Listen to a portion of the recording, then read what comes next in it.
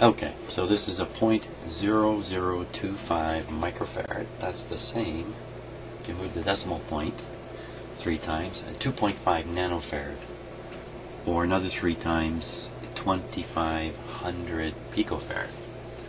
2500 picofarad. Now I don't have a 2500, I have a 2200 picofarad capacitor. You know, that'll work just fine as soon as I take it out of the bag here.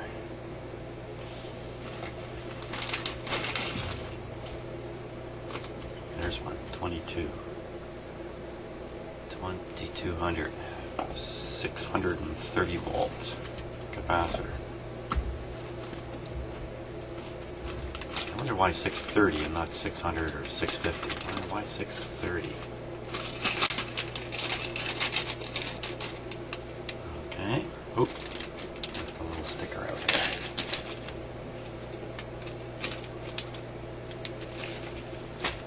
Okay, so that's his replacement there.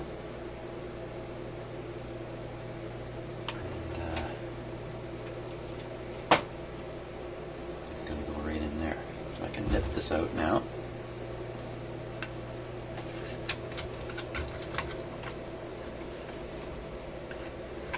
So I don't want to get the resistor that's right beside it here.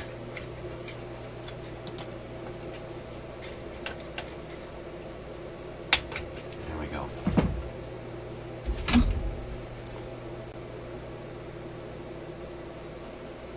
Out with the old, in with the new. Isn't that what they say?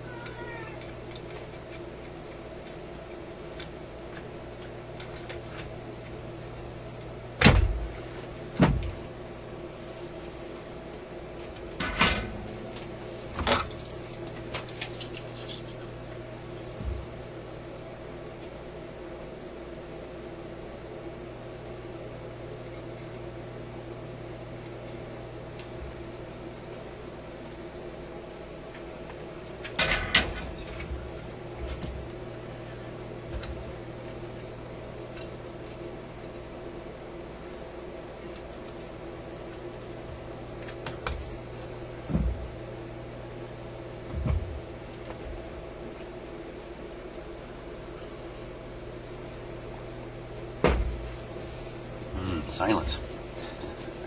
What? I'm lost for words.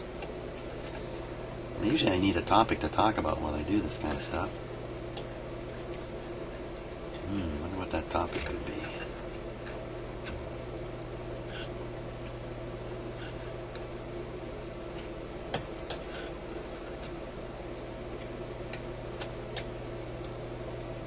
Let's see here.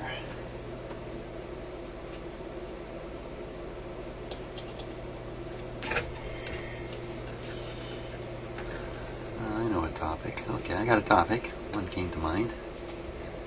The other day my wife congratulated me for being a good hunter because I brought home some fast food to eat for dinner. And so she was kind of joking about, you know, the idea that there's some kind of primal thing in men with hunting. And that in the modern world, hunting has turned into shopping and all kinds of stuff. So I gave that a moment of thought, and I thought, hunting. Okay, that is a primal thing. I believe we still have lots of behaviors and elements in ourselves that stem from much earlier periods in our evolution. Well, that gives me another topic to talk about too. So I think what we do is we live our modern lives haunted by behaviors compelled by more automatic elements in our brains actually, and we can't help ourselves to a large degree, and so we approach things based on the frame that we have in our minds, and the frame was designed or built up or evolved back when circumstances were a lot different than they are today. So why do I enjoy doing this? because humans and human men, anyway, and I'm not knocking women here at all, I just think there's an evolutionary element here. Human men like hunting. Of course, that's a big conflict for me. I'm not interested in killing any animals. So where do I get my hunting yayas out? Right here. And what am I hunting? Okay, so I'm hunting for my prey, which is the cause of problems in the radio. And I'm working in this jungle of wires. And this is rats. This is just a numbered. Well, I think I can figure that one out. 0.015 400 volt.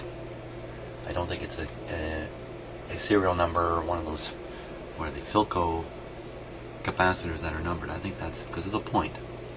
So I think we can read that. 0.05 400 volt. 10 is probably, is that 10? Is that 10 or 16? Oh, if it was 10, I would say that's 10%, but it looks like 16.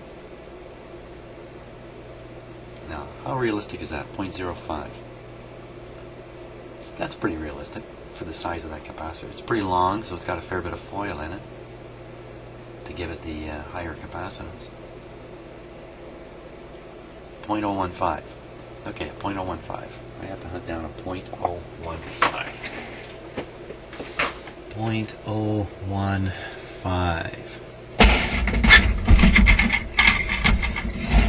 Here we are.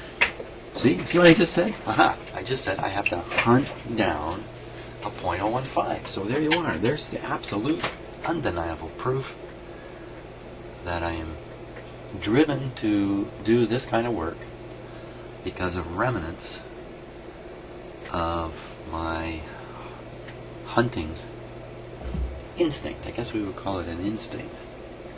Hey, that gives me another topic.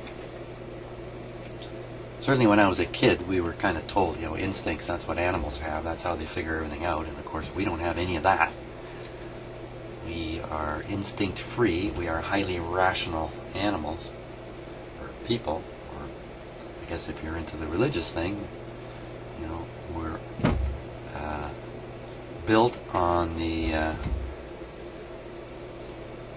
built in the same way as some kind of supernatural being. I had a little bit of trouble with that, to be frank with you. Where am I going with this? Now I've lost track of what I'm talking about. Isn't that terrible?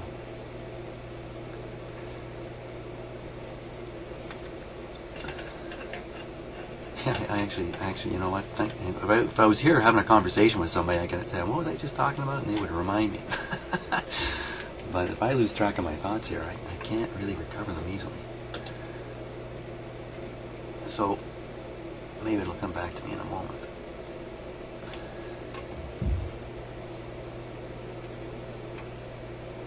So just going back to the hunting thing, so perhaps the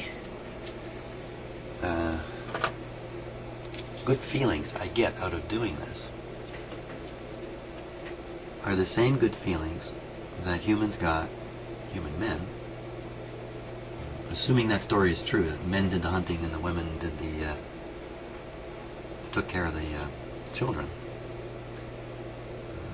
It's the same stuff working in me.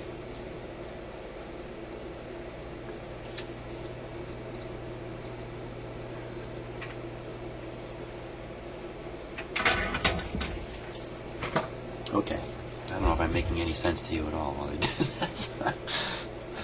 I can barely see what I'm doing. Come on.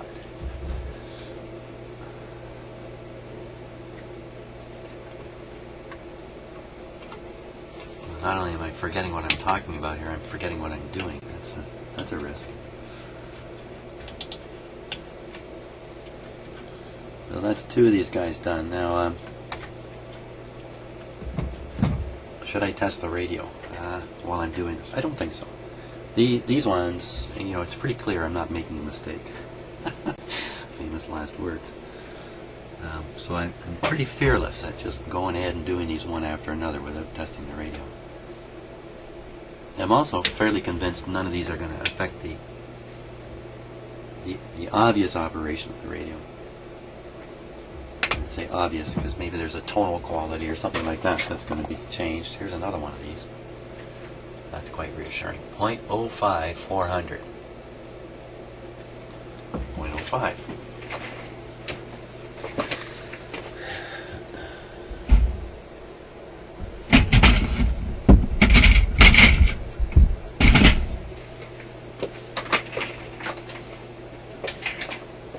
But just to get back to what I was saying, I really do believe that humans on the face of the earth are compelled by elements of our behavior, personality, brain, whatever you want to say, that are designed for a completely different circumstance from what we're in. And I use the word designed very loosely. I don't mean designed, I mean evolved. We're set up to live a pretty wild life in a jungle, faced by really scary threats, by predators, which today we don't worry much about, but predators back then, big cats and things like that, you can't even hear them coming, for crying out loud. They're pretty smart about how to catch you. That would be a really scary time. And it would be that fright, that fear, the instant fear that can be raised so easily in a human being, that would keep humans safe, because you're not going to fight a leopard, you're not going to fight a saber-toothed tiger. Your only hope is to run away, and to start running fast, like quickly, to not stand around and ponder the situation about, what is that I see out there in the tall grass, apparently coming my way? Let's examine it. No, that's not going to pay off. Back then, when you got wind of something hidden in the grass 30 feet away, the instant human response is run like crazy. Be afraid. Be very afraid. And that made perfect sense back then. You don't wait around to see what the story is. There's no need to be rational at that moment. When fear says act, you should act. And there's no reason to think, because the thinking will get you killed. Or the thinking is done at a subconscious level, the result of which is your emotional feelings. In this example of humans thousands and thousands of years ago, the emotion would compel you to take action immediately, whatever it might be, even if it was to stand and defend yourself. Imagine the hunter, The hunter has to overcome all that. Oh, I'm sorry, I haven't got it on that. The hunter has to overcome all those feelings. And even as everything in him is saying, run away, he has to stand there with a spear and his buddies and try to take down some large animal, and to overcome his fear. Isn't that interesting? So here we are today in the modern world. And I'm afraid these automatic systems are still running full tilt in us. Especially the fear one.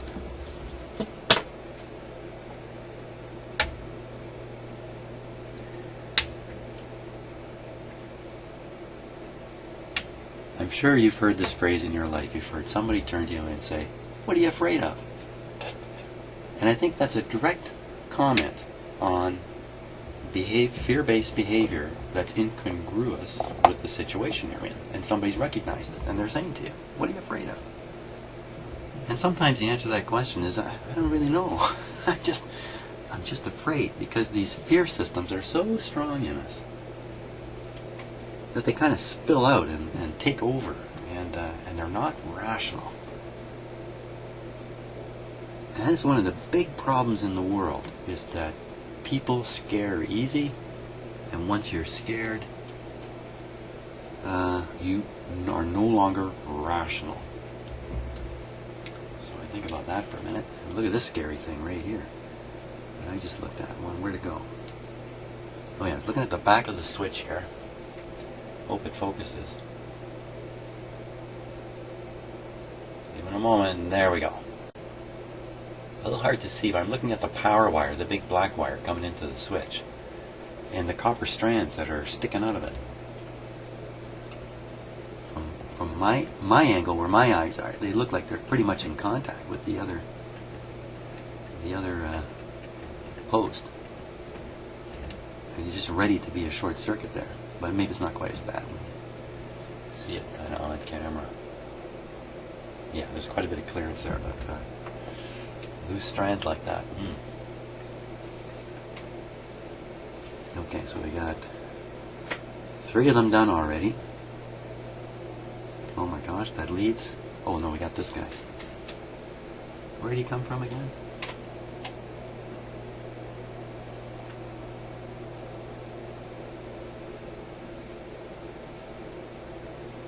Down in here.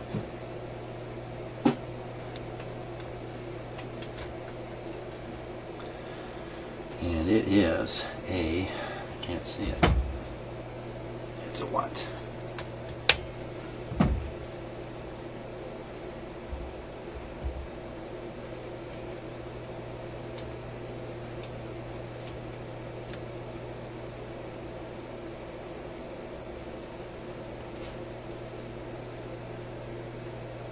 .025. 0.0025. Oh, sorry. I have to get another. 0.0025 is the same thing as 2.5 nano or 2500 pico. So we'll look for 22. There it is, right here. 22.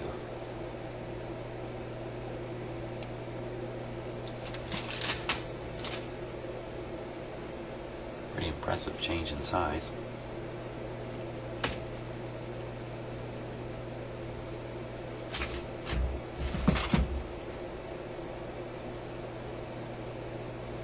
I'm going to put just a little bit of hose on this one here.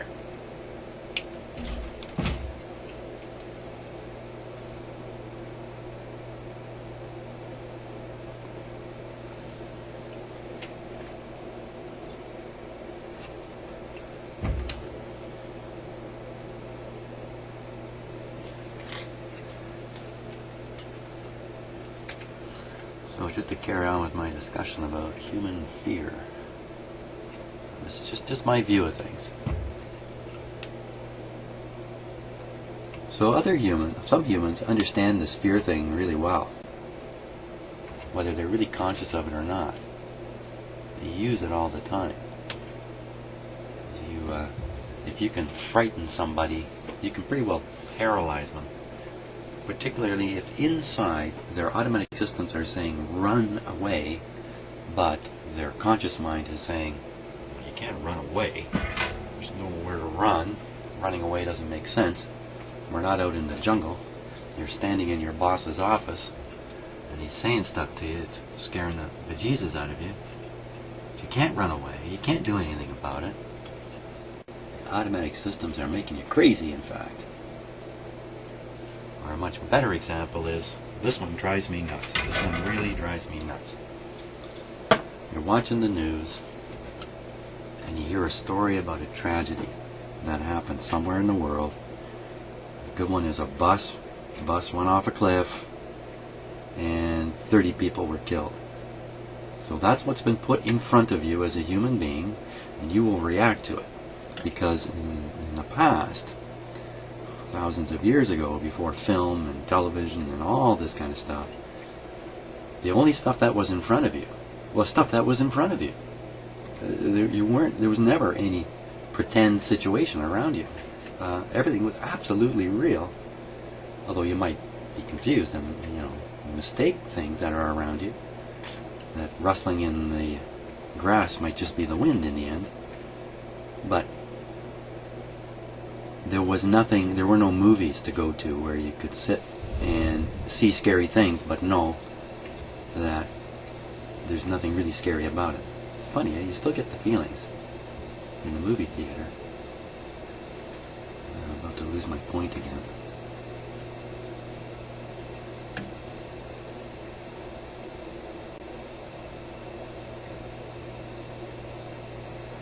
It's my own subconscious mind saying, stop it, Jim, you're revealing too much about me.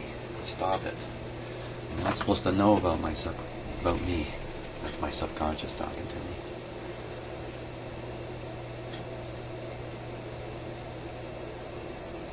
Okay, so I'll jump around in topics just a little bit. How about this? When you feel emotions, and you become conscious of your emotions, it's because your conscious mind has realized what kind of expression is on your face and is reacting to that. Now think about this for a minute. It's not that what you feel consciously is reflected on your face. It's the other way around. It's what goes on your face that your conscious mind feels. And why is that? Because what's on your face is a response to emotions, and emotions are coming from your subconscious mind. And this is how your conscious mind becomes aware of what your subconscious mind is up to. I guess in a sense, both your minds share the same face. So this is a shocking thing, but we all know this as parents. We all know that this is how it works because we use it all the time on our children. When your children are upset and crying, you say things to them to try to get a smile on their face. In fact, when they're not so much crying because they're hurt, but when they're, kind of melancholy or whatever the word is, they're angry about something, if you can get them to crack a smile, the moment they crack that smile, they will feel better because their conscious mind is reading the expression on their face. And why don't we know this? Well, because we are fooled by ourselves. We are completely fooled. On purpose. We're not supposed to know about these things. All this stuff's supposed to operate kind of automatically. It would serve us well if we were still in the wild jungle. Oh yes. So what about those people who make you afraid? They tell you things to be afraid of. Well, the moment they tell you something to be afraid about and you start taking that in, you stop being rational, more and more rational. Oh yes, so the news story. So here's what really drives me nuts. I watch the news. The news is about a bus went off a cliff. Terrible story. 30 people killed, 20 people killed. We feel terrible about it. And we also feel kind of satisfied that, okay, so that's the news, now we've seen the news. But every day in the world, 160,000 people pass away. And I'm going to guess 40,000 of them in tragic ways. Early in their lives, disease, accident, that kind of stuff. But you know what? We don't care about that. We care about what is put in front of us. So while there are 160,000 people every day dying, we want to talk about 20 that went over a cliff. I mean, there's a lot more to this, why that gets on our TV. But the fact is, what is put in front of us is what we react to because we are compelled by our instincts, which we feel as emotions. Hey, that's my whole theory on human behavior. Now, look what I'm left with, talking about emotions. I'm left with the two tough ones. Okay, let's give this one a try. I'm scared.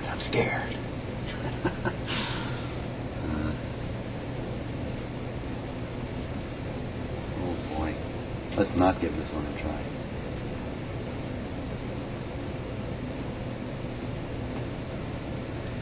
I literally cannot see in there. I'm going to move the radio a bit here. See if I can see with the camera.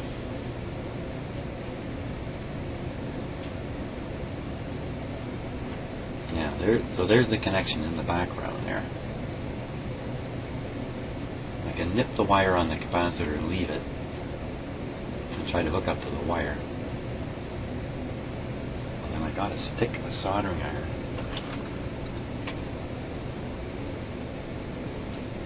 Maybe I can get in through here. Let's see. I can come in this way.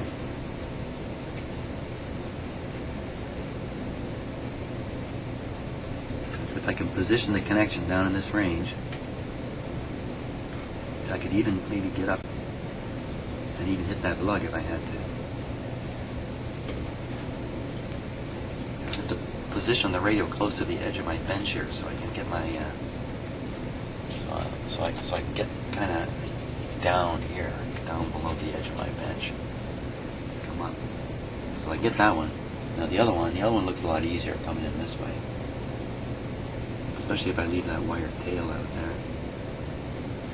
Feed the capacitor underneath this resistor, just like it's showing here, just like it is. And if I nip the capacitor away, can I pull it out? Yeah, I think it'll come right out here, no problem. Because I haven't nipped out capacitors in the past and then realized I can't even get them out. Okay.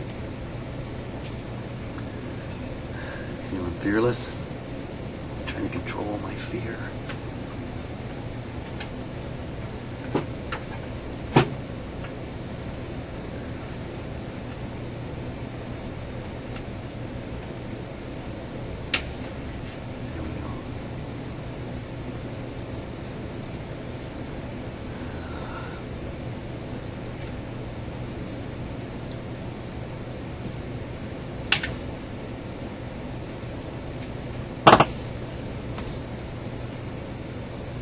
Of course, you know, you can't go through life afraid every time you go out in the jungle or through the grasslands that, hey, there's going to be a leopard in there, I don't dare go there, because guess what? You're not going to eat. That's not going to work well. So we do have some ability to control our fear. That one. 0.07. And of course, there are some people in this world whose fear response is really, really suppressed for some reason. And those are the people who jump off buildings with parachutes and just continually go out and do crazy, wild things because their fear system is not so turned up for some reason. 0.07. I don't think I have a point. 0.007. Why a 7? I got a 0.008, 0.006. Why a 7?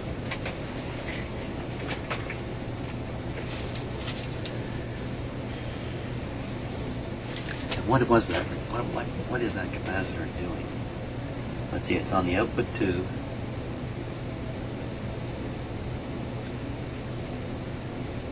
Well, I'm going to stick a 0.008 in there if I have one. Let's see. I don't even have one. 0.008.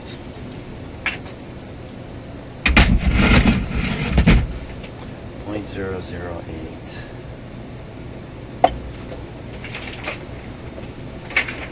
Okay. Here it is.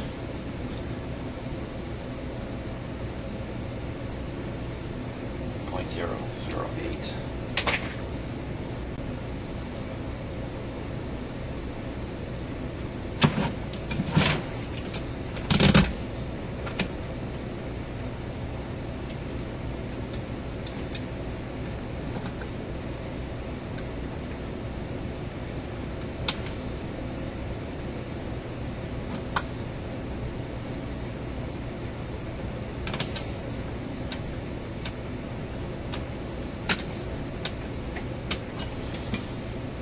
Trying to double check that in my meter, but I really don't like the capacitive part of my multimeter. Okay, 0.008. Slip it in there. It's got very, very long leads on it. I can snip off some of the lead already.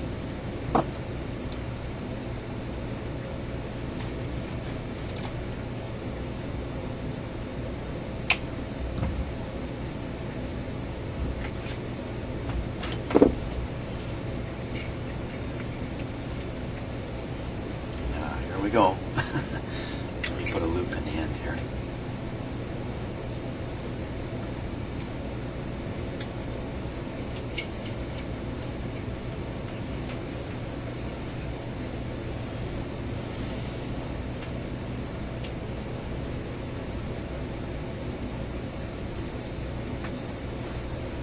Competition between what the camera sees and what I see.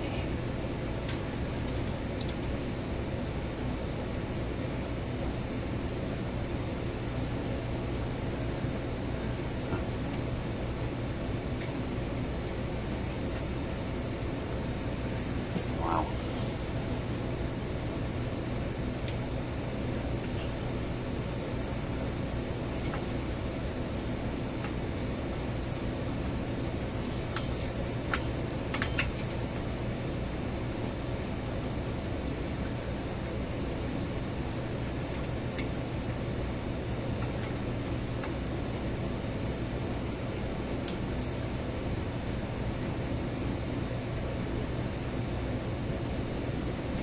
Not sure what you're seeing of this.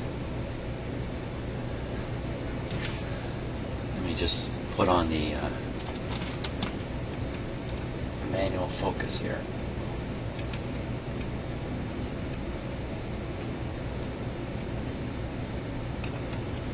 Way back in there. Boy, I tell you, if I could hit that with solder enough, it would be okay. Come on.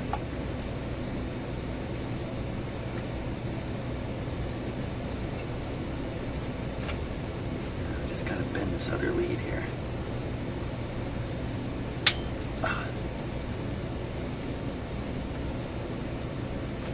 So you kind of hook a bit. It's not too bad. No.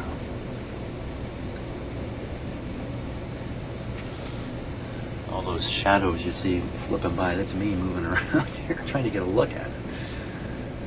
Yeah, I don't think this is going to compress. No. We could try soldering that. Let me bend that up a little more there. Yeah, once again, you guys get a better view of this than I got.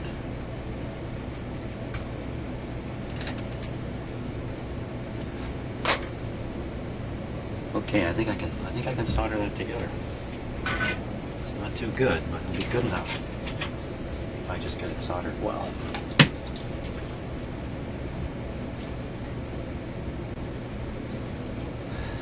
I plan to bring the soldering iron up this way. I'm going to turn the radio up a little bit. There.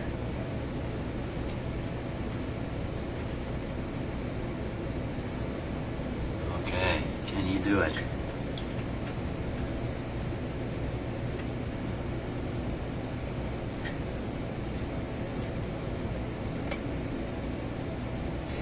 I'll give you a good example of fear. When the banks finally pushed themselves over the edge, I'm talking about some American banks back in 2008, and suddenly the money system started falling apart. The banks told the government and all of us was, you don't do as we say, you are all going to suffer. Some kind of apocalyptic banking tragedy. Leave you all on the streets. It's pretty scary stuff, really. So, to scare us, we can't understand, because we don't understand banking. Who does? All we know is that these apparently powerful people are telling us, literally, your lives are at risk, but they then offer the solution. But if you just give us the money, you'll be okay. Somehow. They never really explain the how you'll be okay part. And so as people, we all go, oh my God, what has been put in front of us? What has been put in front of us is a story of disaster. We react to that story. We forget that we become completely irrational. And another thing about human beings, we are essentially pack animals. I've never heard anybody actually say that, but that's my view. We are pack animals. And we tend to follow the leader. Think about it. That's even a game we play when we're children. Follow the leader.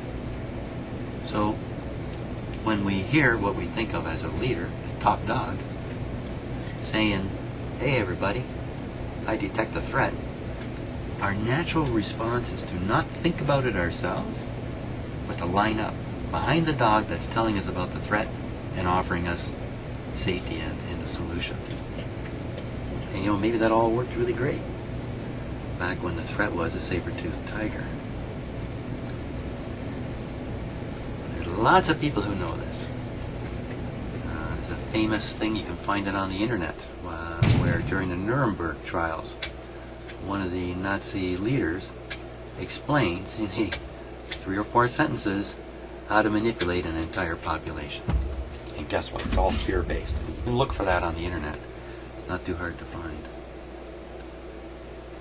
And that's the problem with people. People. You know what I always say? People not ready.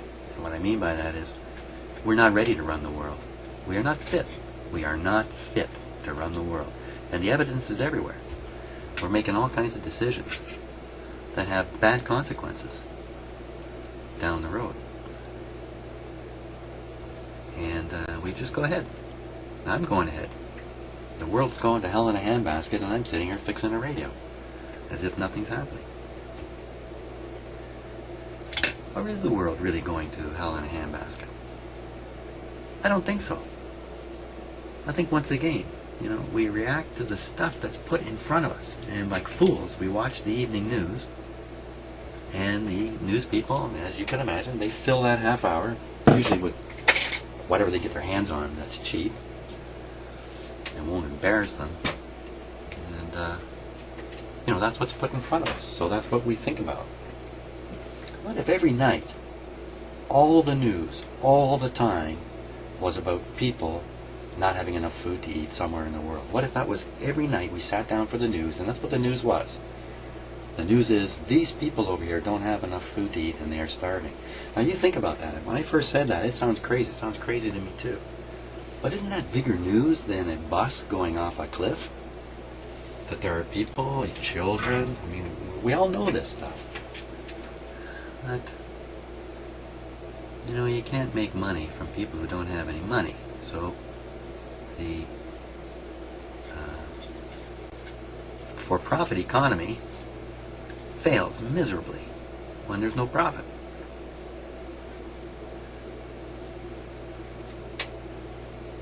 Since it's the profit economy that drives the news, you can kind of see how it all goes together. And I'm not saying there's some kind of conspiracy here. I think it's stupid people everywhere you go, me included.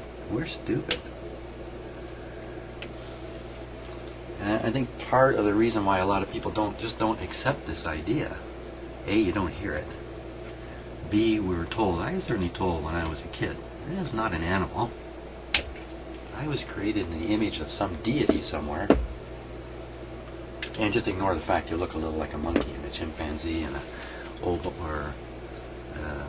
these other animals. Just forget all that. We are somehow near perfection. Boy, that's a joke. This world would not be run well if we let monkeys run it. We all know that. It wouldn't go anywhere, would it? So why do we think if we run it, it's going to go somewhere fantastic? Wow, am I ever preachy this morning? Holy smokes. I better not do this capacitor work anymore. I am preaching away here. I apologize to anybody who's not appreciating my preaching about things. But a little hard to talk about capacitor soldering for half an hour. Well, there's one more in there, and now I'm thinking there's only one left. Now I feel like I'm compelled to go after it. I think I'm just going to break the video here because it's getting a little long. And we'll go after that last one.